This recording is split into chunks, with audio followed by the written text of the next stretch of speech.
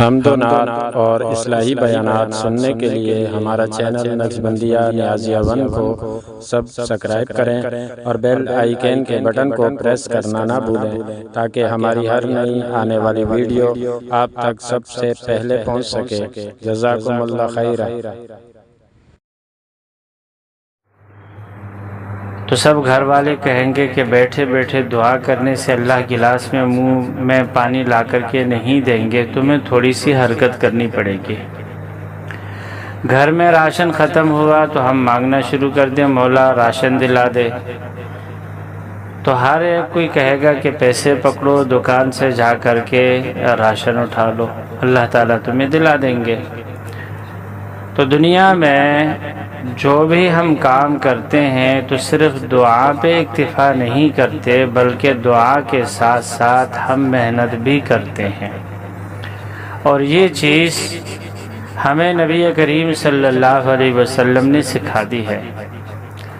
آپ صلی اللہ علیہ وسلم امت کی ہدایت کے لیے راتوں کو اٹھ اٹھ کے دعا کرتے تھے اور دن کو دین کی تبلیغ کر کے لوگوں کو سمجھاتے تھے، یہاں تک کہ نبی کریم صلی اللہ علیہ وسلم کی دعوت و تبلیغ کے مقابلے میں جب وہ لوگ تلواریں لے کر کے آئے، آپ صلی اللہ علیہ وسلم نے وہاں پر بھی صرف دعا پہ اکتفا نہیں کیا، بلکہ تلوار اٹھا کر زرہ پہن کر خود پہن کر کے آپ صلی اللہ علیہ وسلم عملی میدان جہاد میں اترے۔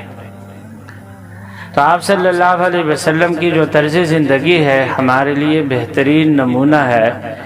آپ صلی اللہ علیہ وسلم نے اپنی زندگی میں دعائیں بھی اللہ تبارک و تعالی سے کی اور ساتھ ساتھ محنت بھی کی ہے۔ ابھی درس ہو رہا تھا وہاں پر مسجد میں، تو ایک چیز اچانک میرے ذہن میں آئی کہ نبی کریم صلی اللہ علیہ وسلم اللہ تبارک و تعالیٰ کی عبادت کرتے تھے، تو آپ صحابہ کرام کی ہسٹری اٹھا کر کے دیکھیں، تاریخ اٹھا کر کے دیکھیں، 1,00,000 کم و بیش 44,000 صحابہ حجۃ الوداع کے موقع پہ حضور کے ساتھ، لیکن کسی ایک صحابی کے متعلق بھی نہیں آتا ہے کہ ان کو ڈپریشن کی بیماری تھی، ان کو نیند نہ آنے کی بیماری تھی، پریشانی کی بیماری تھی۔ وجہ کیا ہے؟ وہ اللہ تبارک و تعالیٰ کی خوب عبادت کرتے تھے، پوری راتیں ان کی عبادت میں گزرتی تھی، اتنے لمبے لمبے سجدے کرتے تھے کہ ہم آپ لوگ سوچ بھی نہیں سکتے۔ تو میں نے بتایا، میں نے کہا کہ دیکھو آج لوگ ڈپریشن کا شکار ہوتے ہیں، کہتے ہیں مولوی صاحب، امام صاحب، مفتی صاحب نیند نہیں آتی ہے، کیا بات ہے بھائی؟ ڈپریشن ہے۔ ڈاکٹر سے نیند کی دوائیاں لیتے ہیں پھر بھی ٹھیک نہیں ہوتے ہیں۔ آسان سی بات ہے، نماز کی پابندی کر کے لمبا سجدہ کر لے، لمبا سجدہ کرے گا اللہ تبارک و تعالی ڈپریشن کی بیماری سے اس کو نکال دیں گے۔ یہ جو دماغ کی خشکی ہے نا، دماغ سب سے اوپر رہتا ہے، ڈپریشن میں دماغ تک صحیح خون نہیں پہنچتا ہے تو بندہ پریشان ہو جاتا ہے، پھر نیند بھی نہیں آتی ہے۔ لمبا سجدہ کرے گا تو خون کا دورانیہ دماغ کی طرف ہوگا، وہاں پر عبادت بھی ہو جائے گی، ساتھ ساتھ دماغ کو خون بھی پہنچے گا، ڈپریشن سے نکل جائے گا۔ تو صحابہ کرام کی جو زندگی گزری ان میں سے کوئی ڈپریشن کا شکار نہیں تھا، اس لیے کہ ان کی عملی زندگی، لمبی نمازیں، لمبے سجدے، اللہ تبارک و تعالی سے مانگنا، پھر اپنے جسم کو اللہ کی اطاعت میں تھکانا۔ تو اللہ تبارک و تعالی نے ہمیں جو چیز ہدایت میں مرہون منت رکھی وہ کیا ہے؟ ایک تو اللہ سے مانگے، دوسرے نمبر پر ہم ہدایت کے لیے محنت کریں۔ محنت کے دنیا میں جتنے علاقوں میں جتنے طریقے رائج ہیں ان میں سے ایک طریقہ یہ خانقاہی سسٹم بھی ہے۔ ہم جس سسٹم سے جڑے ہوئے ہیں اس سسٹم میں جو کچھ ہمیں بتایا جا رہا ہے اس پہ ہم محنت کریں۔ قرآن کریم میں جو آیت میں پڑھ رہا ہوں بار بار، والذین جاہدوا کا لفظ ہے، فعلوا کا نہیں ہے، جس نے کیا۔ ایک انسان ایک تسبیح پڑھتا ہے، 2 تسبیح پڑھتا ہے، یہ ہے تسبیح پڑھنا۔ جاہدہ یجاہدو مجاہدتن باب مفعلہ سے یہ ہے خوب محنت کرنا۔ خوب محنت کب ہوتی ہے کہ جب انسان تسلسل کے ساتھ ذکر کرتا جائے کرتا جائے کرتا جائے، ضربے لگاتا جائے، مراقبے کرتا جائے کہ دوسرے بندے بھی کہیں کہ بھائی یہ تو خوب مراقبہ کرتا ہے۔ قرآن کریم میں ہے اذکروا اللہ ذکرا کثیرا، اللہ کو زیادہ یاد کرو۔ اب تھوڑا سا ہم سوچیں، اس وقت عام دنیا کے انسانوں کو چھوڑیں، جو ہم لوگ حلقے میں آنے والے ہوتے ہیں تصوف کے ساتھ، جتنے حضرات جڑے ہوئے ہوتے ہیں، چاہے حضرت کے ساتھ جڑے ہوئے ہیں، چاہے دنیا میں کسی بھی مرشد کے ساتھ جڑے ہوئے ہو، ہم میں سے ہر انسان سوچے کہ ہم کتنا ذکر کرتے ہیں۔ جب ذکر والوں کے ساتھ جڑے ہوئے ذکر نہیں کرتے ہیں تو باقی دنیا سے کیا گلا؟ تو اس لیے میرے دوستو، یہاں پر مجاہدے کا ذکر ہے۔ اللہ تبارک و تعالیٰ فرماتے ہیں والذین جاہدوا فینا، اتنی محنت کرے کہ وہ مشقت میں پڑ جائے، اتنی محنت کریں گے لنہدینہم سبلنا، ہم ان کو اپنے رستوں کی ہدایت دیں۔ ایک دفعہ جب انسان محنت کر لیتا ہے، اللہ تبارک و تعالیٰ پھر اس کے لیے رستے کھول دیتے ہیں۔ تو جو ہدایت والے رستے ہیں، ہدایت والے کام ہیں، مختلف صورتیں ہیں ان کاموں کے ساتھ ہم جڑیں، اور جڑنے کے بعد پھر خوب محنت کریں، اتنی محنت کریں کہ ہمارے جسم تھک جائے، مشقت میں پڑ جائے، تکلیف میں پڑ جائے، پھر اللہ تبارک و تعالیٰ سے دیکھیں کہ اللہ تعالیٰ ہدایت کے رستے کھولتے یا نہیں کھولتے۔ اب عام طور پر ہم لوگ کیا سوچ کے بیٹھتے ہیں، ہم کہتے ہیں کہ یار ایک سلسلے سے ہم جڑے ہوئے ہیں، اب ہمیں تو کوئی چھو نہیں سکتا، ہدایت ہمیں ملی ہوئی ہے، بس مریں گے آنکھ بند ہونے کی دیر ہے، سیدھا جنت المعلی میں پہنچ جائیں گے، جنت الاعلی میں پہنچیں گے، جنت الفردوس میں پہنچیں گے۔ دوستو، اللہ تبارک و تعالیٰ پہنچا دے، ان سے یہی دعا ہے۔ یہ کرم کے معاملات ہیں، اللہ کسی پر کرم کر دے کوئی بعید نہیں ہے۔ ایک دفعہ کسی نے کلمہ پڑھا، دل سے پڑھا، اللہ تبارک و تعالیٰ کو پسند ہے، سیدھا جنت الفردوس میں پہنچا دے، اس کے لیے کیا مشکل ہے۔ لیکن یہ ہے دنیا میں، جیسے پہلے بھی میں نے بتایا ہے کہ جو قیمتی چیز ہوتی ہے نا، اس کے ڈاکو اتنے زیادہ ہوتے ہیں، لوٹنے والے۔ اول تو جس ہدایت پہ ہم ہیں، یہ ہدایت کامل نہیں ہے، ناقص ہے، اس کو کامل بنانے کی ضرورت ہے۔ آپ تھوڑا سا سوچیں، ایک وہ ہدایت تھی جو صحابہ کرام کو ملی ہوئی ہے، ایک ہماری ہدایت ہے جو ہمیں ملی ہوئی ہے۔ صحابہ کرام کی ہدایت کیسی کہ نماز میں کھڑے ہیں، تیروں پہ تیر لگ رہے، جسم سے خون کے پھوارے پھوٹ رہے ہیں، پر نماز نہیں ٹوٹتی۔ صحابہ کرام کی ہدایت کیا ہے کہ رات میں آدھی رات کے بعد گھر کا کوئی فرد سویا ہوا نہیں ہے، چھوٹے بڑے سب اٹھ کر کے اللہ کی عبادت میں آہوازاری کرتے ہیں۔ صحابہ کرام کی ہدایت کیا ہے؟ ایک تابعی کی بات بتا رہا ہوں۔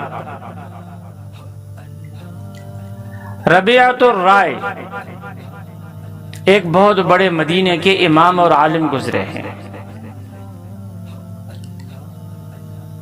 ان کے باپ کا نام تھا رائے۔ جہاد کا اعلان ہوا، 30,000 اشرفیاں تھی، تھیلی بیگم کو پکڑا دیا، کہا کہ اعلان ہوا ہے، میں جا رہا ہوں۔ وہ بولی کہ بھئی یہاں تیرا کوئی رشتہ دار ہے نہیں، میں اکیلی عورت، پیٹ میں تیرا بچہ، تم جہاد کے لیے جا رہے ہو، پیچھے کیا بنے گا؟ کہنے لگی اللہ کے راستے میں جہاد کرنے کے لیے جا رہا ہوں نا، اللہ حفاظت کرے گا۔ تجھے میں اللہ کے حوالے کر کے جا رہا ہوں، بچے کو بھی اللہ کے حوالے کر کے جا رہا ہوں، پیسوں کی یہ 30,000 اشرفیہ تمہیں دی، یہ بہت پیسے ہیں، تیرے خرچے کے لیے کوئی کمی نہیں ہوگی، اللہ تیرا خیال رکھیں گے، بس میں نکل گیا۔ شادی ہوئی، پہلا بچہ بیوی کے پیٹ میں، نوجوان ہے، جہاد کے لیے چلے گئے۔ ان کے جانے کے بعد بچہ پیدا ہوا، بیوی نے ان کی دینی تعلیم و تربیت دی۔ 30 سال کے بعد چاندنی رات میں مدینہ منورہ واپس لوٹے، گئے تو کوئی زندہ مردہ کی کوئی خبر نہیں، کس محاذ پہ ہیں، کہاں پہ ہے۔ 30 سال کے بعد رات کے اندھیرے میں مدینہ منورہ پہنچے، گئے تو نوجوان تھے، واپس آئے تو ادھیڑ عمر میں بال سفید ہیں۔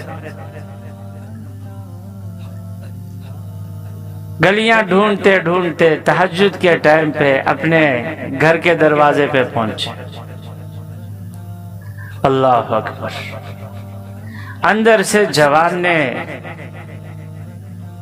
دروازہ کھولا تو ہاتھ میں تلوار لیے ایک ادھیڑ عمر بابا جی سامنے کھڑے ہیں۔ بابا جی نے دیکھا ایک جوان میرے گھر کے اندر ہے، تلوار سیدھی کر لی۔ اب تو کیا کر رہا ہے میرے گھر میں؟ آگے سے کہنے لگی آپ کون ہیں؟ میں تو یہیں کا رہنے والا۔ کہنے لگی یہ گھر میرا ہے، میری بیوی اس میں رہتی ہے۔ اللہ اکبر! ان کی تکرار سن کر کے اندر سے عورت نے اپنے شوہر کی آواز پہچانی، دوڑ کے باہر نکلی، کہا کہ بیٹا کیا کر رہی ہے؟ تمہارے ابا ہیں۔ ان کو اندر جا کر کے بٹھایا، پانی کھانا وانے کا پوچھا، ان کو کھلایا۔ کھلانے کے بعد فجر کی اذان ہوئی تو بیٹا مسجد چلا گیا، کہنے لگے کہ میں بھی نماز پڑھنے کے لیے جاتا ہوں۔ اچھا، باتوں باتوں میں شوہر نے پوچھا، کہا کہ بیگم وہ پیسے دیے تھے ان کا کیا بنا؟ کہنے لگے ارے تھکے ہوئے ہو، میں بتا دیتی ہوں، آپ کو بتا دوں گی، تم ابھی آرام سے تو رہو تو صحیح۔ اذان ہو گئی، بیٹا بھی چلا گیا، اس کے بعد باپ بھی چلا گیا۔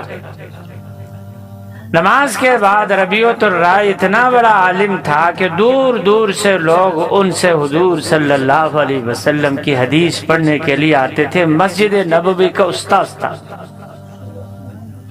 نماز پڑھنے کے بعد حدیث کا درس دینے لگے۔ رات کے اندھیرے میں چہرہ صحیح سے دیکھا بھی نہیں تھا۔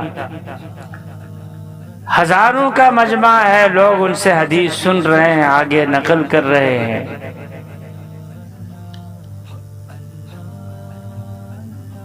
چہرہ صحیح سے نظر نہیں آ رہا ہے، جھکا ہوا، اتنا عمامہ پہنا ہوا۔ ایک سے پوچھا کہ میں یہ بتاؤ یہ کون استاذ ہیں؟ کہنے لگی ارے آپ ان کو نہیں جانتے، امام مالک کے استاد، امام احمد ابن حنبل کے استاد، فلاں کے استاد، اوزاعی کے استاد، سفیان کے استاد، فلاں کے استاد، مدینہ کے ہمارے امام ہیں، ان کو آپ نہیں جانتے؟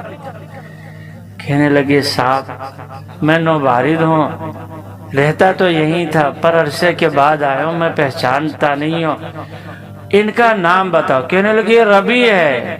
کہنے لگے صاحب میں ربی کو کیا جانوں، ان کے باپ کا نام بتاؤ۔ ارے ربی بن رائے، ربی بن رائے۔ اللہ! اس باپ کی خوشی کا آپ اندازہ نہیں کر سکتے، نہیں لگا سکتے کہ جنہوں نے اپنے بیٹے کو اس بڑے منصب پہ دیکھا، خوشی کے آنسو نکلے۔ درس ختم ہوا، گھر آ گئے، اپنے بیٹے سے بار بار اٹھ اٹھ کر کے مل رہے ہیں، گلے مل رہے ہیں، چوم رہے ہیں۔ بیگم نے جب ان کی خوشی کی یہ حالت دیکھی تو ان سے پوچھا کہ رات تم وہ پیسوں کا پوچھ رہے تھے تو میں نے جلدی میں بتایا نہیں، یہ بتاؤ کہ اگر وہ پیسے میں محفوظ رکھتی تمہارے آنے کے انتظار میں یہ بہتر تھا، یا تمہارے بچے پہ میں نے خرچ کر کے ان کو اتنا بڑا عالم بنا، اس کی زیادہ خوشی ہوئی؟ کہنے لگے اللہ کی قسم مجھے اس کی زیادہ خوشی ہے۔ تو کیا ہے؟ والذین جاہدوا فینا، جو ہمارے لیے ہمارے راستے میں محنت کرتے ہیں، اپنے آپ کو تھکا دیتے ہیں، مشقت اٹھاتے ہیں، لنہدینہم سبلنا، ہم ان کے لیے رستوں کو کھول دیتے ہیں، اپنے رستوں کی ہدایت دے دیتے ہیں۔ تو دوستو اللہ تبارک و تعالی نے جس رستے پہ ہمیں چلایا ہے، ہم یہ نہ سمجھیں کہ بس یہاں ہم نے تھوڑی دیر کے لیے مراقبہ بند کیا ہم کامل ہدایت پہ ہیں، نہیں، ساری زندگی بھی لگا لیں، جب تک یقین جانیے آخری سانس پہ کلمہ جاری نہیں ہوتا ہے نا، اس وقت تک کمال پہ غرور مت کھینچیے، کمال تک نہیں پہنچ سکتے ہیں۔ دوسرے نمبر پر اس کے لٹنے کا خطرہ ہے۔ کسی بھی وقت جس رستے پہ ہم جا رہے ہیں نا ہدایت پہ، شیطان ہمیں دھوکہ دے سکتا ہے کہ یار اس سے تو زیادہ اہم کام یہ ہے، چھوڑو کیا کرنا ہے، تم اتنے عرصے سے ذکر کر رہے ہو، وہاں جا رہے ہو، اپنا پیٹرول خرچ کرو، اس میں گائے میں 300 کو بھی کراس کر لیا پیٹرول نے، اب وہاں جا کر کے تم کو کیا ملتا ہے؟ چلو کچھ دنیا کا کام تو کر لو، دکان کا کام تو کر لو۔ شیطان آ کر کے بہکا دیتا ہے اور ہم بہک جاتے ہیں، ذرا سا کوئی کام کا بہانہ ہو گیا، طبیعت کا بہانہ ہو گیا، ہم ہٹ گئے، پھر ایک دفعہ ہٹ گئے تو ہم کو ڈر لگا کہ یار جائیں گے حضرت صاحب ڈانٹیں گے، چلو وہی نہیں جاتے۔ شیطان ہمیں پٹی پڑھا دیتا ہے، بیٹھے بٹھائے ایسا منتر ڈال دیتا ہے کہ مہینوں گزر جاتے ہیں، حلقے میں آتے ہی نہیں ہے۔